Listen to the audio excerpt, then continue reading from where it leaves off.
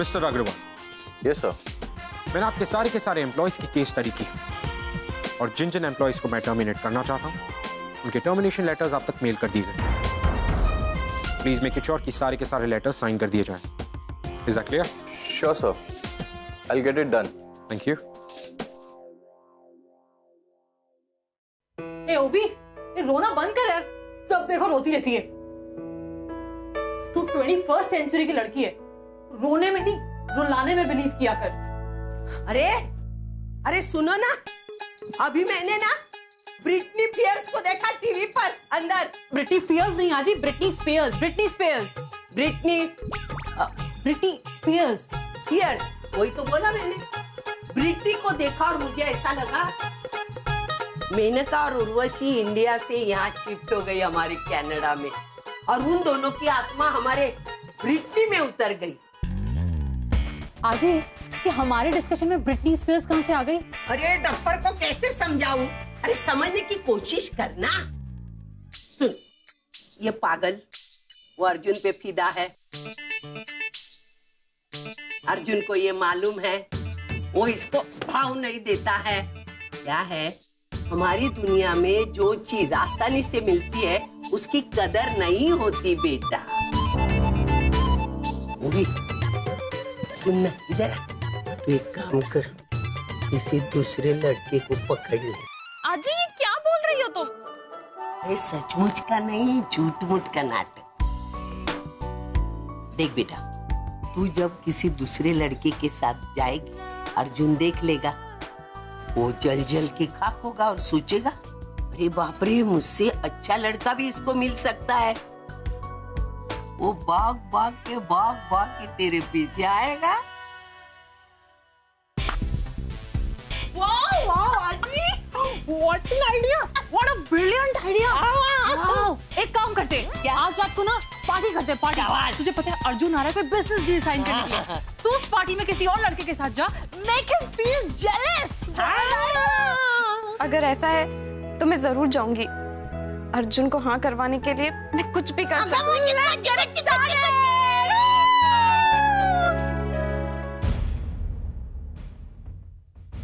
ओवी के साथ जो कुछ भी हुआ है, उसके बाद ये सेलिब्रेशंस, ये पार्टी, मुझे नहीं लगता हम में से कोई भी पार्टी में जाना चाहे।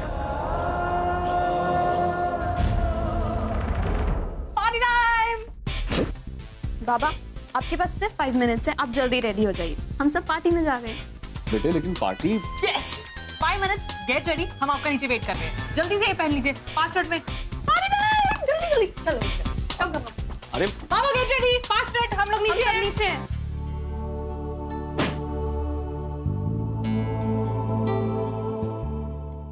Let me help you. You look handsome. let it be. क्या हुआ डैड?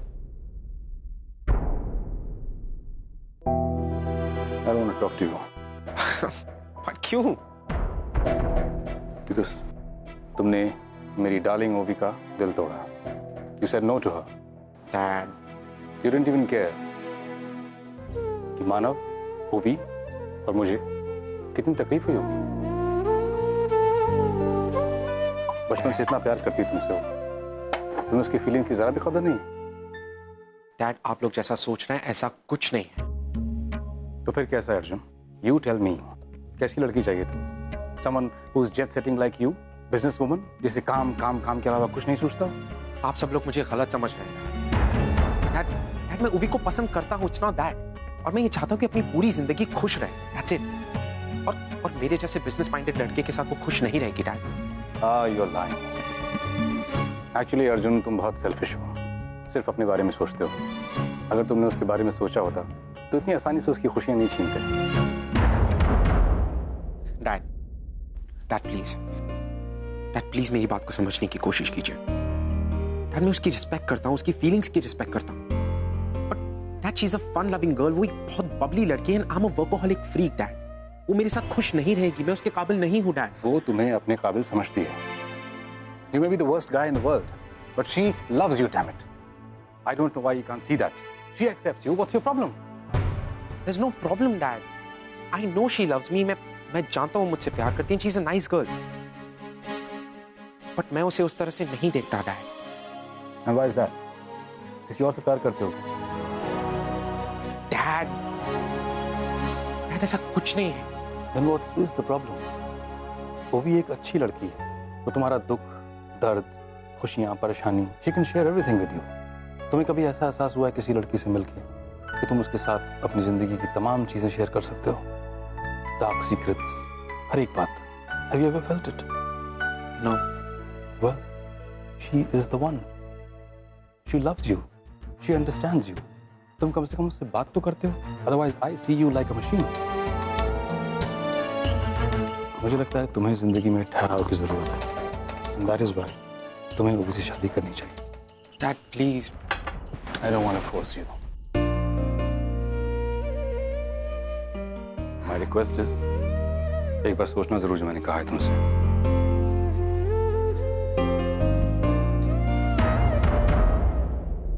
सॉरी, मुझे आपको फिर से बुलाना पड़ा।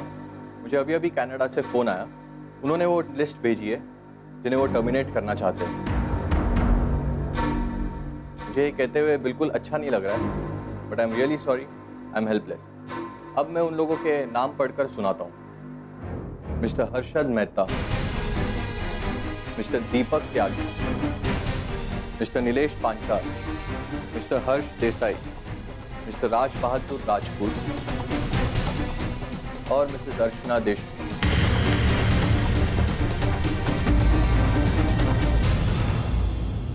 एक्सक्यूज मी सर, वो लोग ऐसा कैसे कर सकते हैं?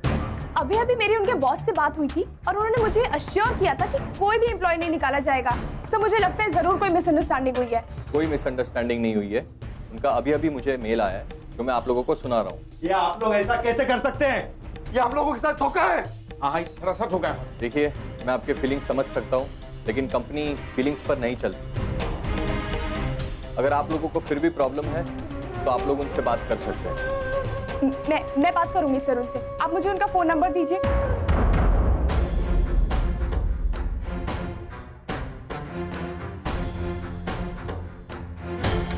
क्या हुआ? कोई फोन नहीं उठा रहा है। मुझे दे, मैं दूसरा नंबर ट्राई करती हूँ।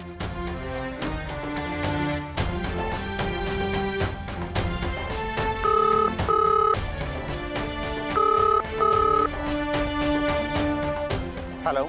हेलो, वो मैं इंडिया से बात कर रही हूँ। मुझे ओबीटी के जो मालिक है उनसे बात करनी थी। प्लीज मेरी बात करा दीजिए।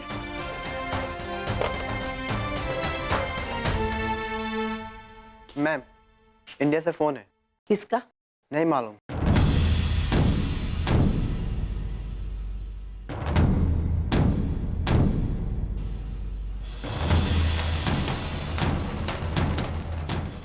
हेलो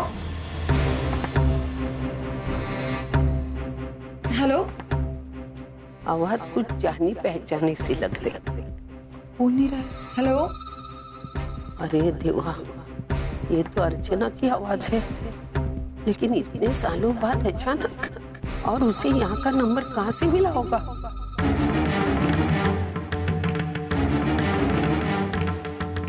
हेलो हेलो, आए, किसका फोन है?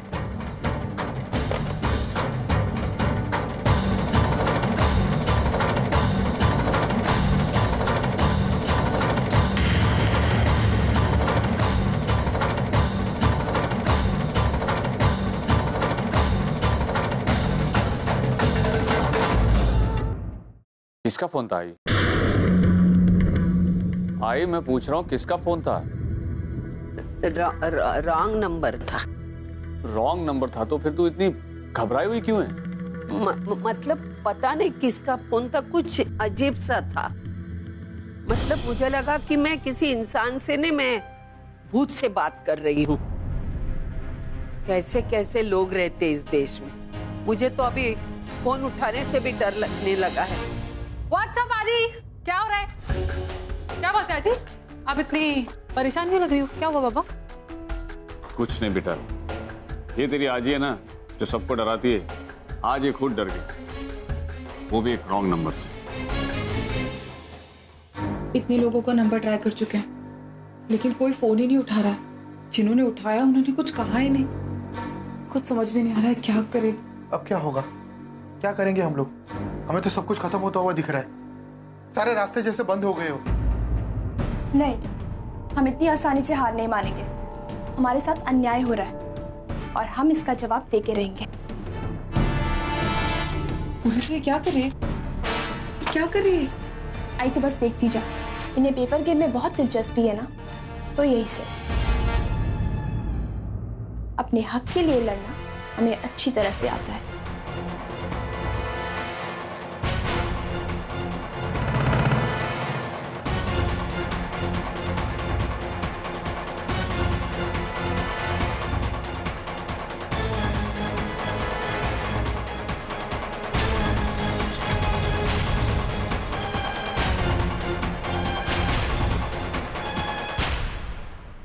बाबी डॉल, अगर तू अपने मेकअप को फाइनल टचअप दे रही है तो प्लीज मत दे, because we all are ready and we are waiting for you.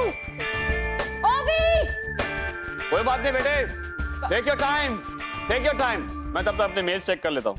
O please, no, I am ready. No work, no काम। अरे इट्स पार्टी टाइम बाबा, पार्टी है। चलिए ना। नहीं प्लीज, कोई काम नहीं होगा।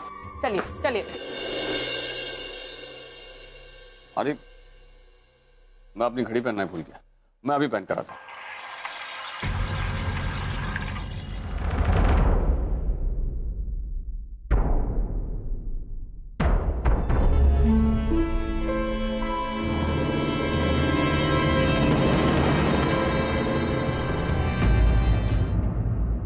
डियर सर, आज तक मुझे लगता था कि आप जैसे लोग अपनी जुबान के बड़े पक्के होते हैं, लेकिन आज मैं गलत साबित हो गई। आपसे एश्योरेंस मिलने के बाद मुझे लगा था कि आप हम में से किसी को भी नौकरी से नहीं निकालेंगे, लेकिन फिर भी आज आपकी कंपनी की तरफ से यहाँ के कुछ लोगों को टर्मिनेशन लेटर इशू हुआ है। मैं नहीं जानती कि इसकी वजह क्या है,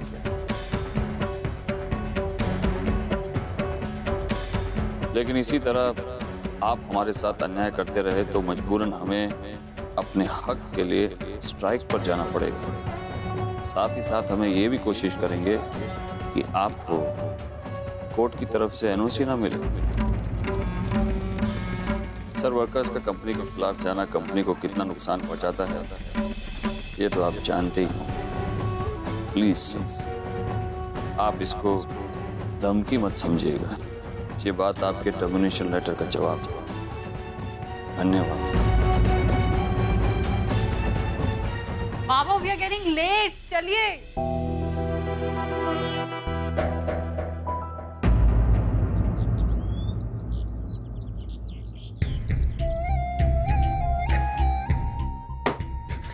जीना मुश्किल हो गया मेरा। जहां भी जाता हूं लोग घूर घूर कर देखते हैं, फुसफुसाते हैं। लोग सिंपैथी दिखाने के लिए आते हैं, सिंपैथी दिखाने के बहाने जख्मों को कुरेदते हैं। अरे कहीं का नहीं छोड़ा उस नालायक लड़की ने। पर मेरा भी तो ऐसे ही हाल। आज मार्केट गई थी, वहां लोग कानाफूसी कर रहे थे पुन्नी के बारे में। मुंह छुपा कर आना पड़ा मुझे। कभी नहीं सोचा था कि ऐसे दिन भी देखने पड़ेंगे। हम लोग कैसे बाहर निकलेंगे इस सब से? कैसे बाहर निकलेंगे? देखो विनोद, मेरी एक बात मानो, हम लोग है ना ये घर ये सब कुछ बेच बाच कर किसी और शहर चले जाते हैं। अरे मंजू, कुछ नहीं होगा उससे। हमारी बदनामी हमारा पीछा नहीं छोड़ेगी। तो फिर एक ही रास्ता बचा, एक ही शादी करते थे। देखो, हम मेरी कोई शर्त नहीं रहेगी, कोई भी नहीं। जो भी लड़का मिलता है ना, हम पुन्नी की शादी कर देते। लेकिन इतनी जल्दी लड़का मिलेगा कहां से? उसकी चिंता तुम मत करो। फिर 2-3 रिश्ते आते पुन्नी के लिए, मैंने अपने गुरूर में आके उन्हें मना कर दिया था। तुम चिंता मत करो, मैं उन्हें फोन करके ना उनसे माफी मांग लूं। मैं उनको बोलूंगी कि हमें आपका लड़का पसंद है।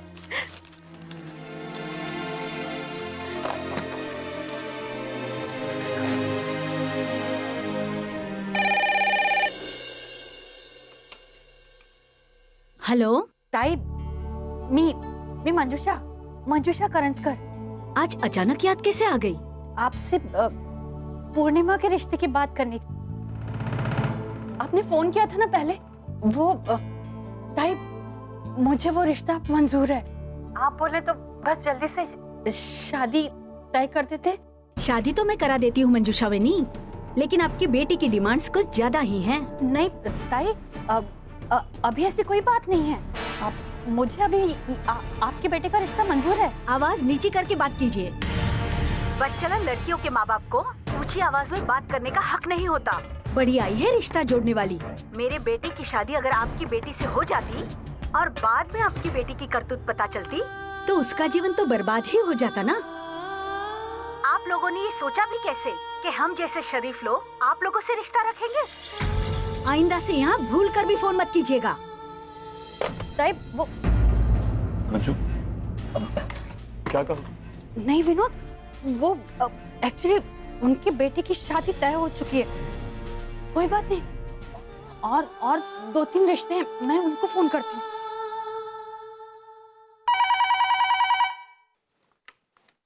हेलो भाऊ, नमस्कार। नमस्कार। मैं मंजूषा करंजकर। मैंने पूर्णिमा के रिश्ते के लिए फोन किया है। आपने फोन किया था ना कुछ समय पहले आपके बेटे के लिए। आप तो जानती है ना, मेरा बेटा थोड़ा एजड दिखता है, उसकी बाईं आंख में भी थोड़ा डिफेक्ट है।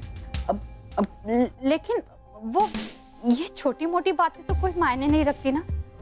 हमें ये सब चलेगा। लेकिन हमें आपकी बेटी पसंद नहीं है। मेरे बेटे की एक आंख तो क्या, मेरा बेटा पूरा का पूरा डिफेक्टिव होता तब भी मैं आपकी बेटी से उसकी शादी नहीं करवाता। वो जैसा भी है आपकी बेटी के जैसा कैरेक्टरलेस नहीं है, समझी ना आप?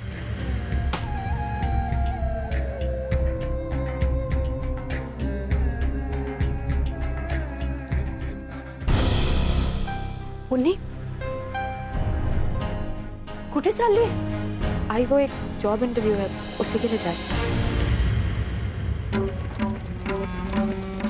कहीं नहीं जाएगी तू।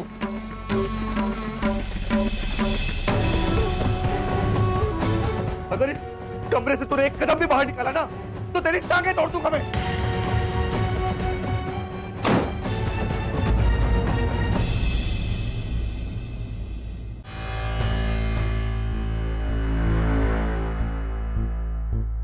तुम लोगों की कंपनी भी अजीब है। उसका एक पार्टनर कहता है लोगों को काम से निकालना चाहिए और दूसरा कहता है लोगों को काम से नहीं निकालना चाहिए। अब दोनों का आपस में ही तालमेल नहीं है तो काम चलेगा कैसे? वही तो ना, मुझे भी यही लगता है। एक कुछ और कहता है, एक कुछ और कहता है। मुझे लगता है दोनों की मिली भगत है। बिल्कुल सही कह रही है तू। हाँ, लेकिन हमारी पूर्वी मैडम को तो विश्वास होगा नहीं, क्योंकि इन्हें ऐसा लगता है कि इन्होंने जिनसे बात की वो बड़े ही अच्छे इंसान है, बड़े ही भले आदमी। लेकिन एक बात बता देती हूँ पूर्वी, कोई फायदा नहीं होने वाला। ज्यादा उम्मीद मत रख तू उन लोगों से। मुझे तो लगता है जो फैक्स तूने भेजा है ना, वो अब तक फैक्स मशीन से बाहर निकल के डस्टबिन में गिरा होगा, क्योंकि वो सिर्फ अपना फायदा देखते हैं, बाकी कुछ नहीं। आई तो क्यों इतना नेगेटिव सोचती है? मुझे तो लगता है कि मेरे फैक्स का कुछ ना कुछ फायदा जरूर होगा। तुझे भरोसा नहीं है मुझ पे? पूर्वी तुझ पे भरोसा है, लेकिन उन लोगों पे बिल्कुल भी नहीं है। देख आई, मैं नहीं जानती कि वो लोग कितने जेन्युइन हैं, लेकिन हाँ मैं इतना जरूर जानती हूँ कि अगर वो अपनी कंपनी की भलाई चाहते होंगे तो उन्हें मेरी बात जरूर सुननी पड़ेगी। पूर्वी तुझे ऐसा लगता है, लेकिन ऐसा नहीं होगा। हो सकता है कि हमारी हड़ताल करने पर उन्हें थोड़ा सा फर्क पड़े, लेकिन ज्यादा फर्क नहीं पड़ेगा। ये भी तो हो सकता है कि कल को वो एनओसी लेटर खरीद ले, फिर हमारी हड़ताल का क्या फायदा? आई तो इसलिए परेशान हो रही है ना क्योंकि तुझे ये लग रहा है कि अगर तेरी जॉब चली गई तो घर की सारी जिम्मेदारियां मुझ पे आ जाएंगी। देख, अगर तू ये सोच के टेंशन ले रही है ना तो तेरे को चिंता करने की बिल्कुल जरूरत नहीं है, क्योंकि तूने अपनी इस बेटी को पढ़ा लिखा के इस काबिल तो बना ही दिया है कि वो ये सारी जिम्मेदारियां उठा सके। और रही बात तेरी नौकरी की, तो तू उसकी टेंशन मत ले। तुझसे तेरी नौकरी कोई नहीं छीन सकता। देख आई, मैं तुझे समझाती हूँ। उन लोगों ने एक लॉस में चल रही कंपनी खरीदी है। अब उस कंपनी की डिटेल्स उनको मालूम नहीं है। वो लोग ये नहीं जानते कि क्या मार्केट पोजीशन है, क्या स्टेटस चल रहा है कंपनी का। अब कंपनी को लॉस से बचाने के लिए उन्हें पुराने एम्प्लॉयज की जरूरत पड़ेगी, और अगर पुराने एम्प्लॉयज ही हड़ताल पे चले जाते हैं तो वो लोग तो मैनेज ही नहीं कर पाएंगे ना। एक सेकंड पूर्वी, एक बात बता, जिन वर्कर्स को ऑलरेडी काम पे रख लिया गया है वो कंपनी के खिलाफ क्यों हड़ताल करेंगे? वो तो हड़ताल कर ही नहीं सकते। आई तो उस बात की टेंशन बिल्कुल मत ले, क्योंकि उन सबको समझाने की जिम्मेदारी मेरी। ठीक है? और वैसे भी मैं भी यही चाहती हूँ कि तेरी जॉब सलामत रहे, क्योंकि अगर तेरी जॉब चलेगी तो सारी जिम्मेदारी तो मुझ पे आ जाएगी ना, और मुझे अपने लिए भी तो टाइम चाहिए ना, ताकि मैं अपनी आजी और अपनी आई के साथ खूब सारा वक्त बिता सकूं।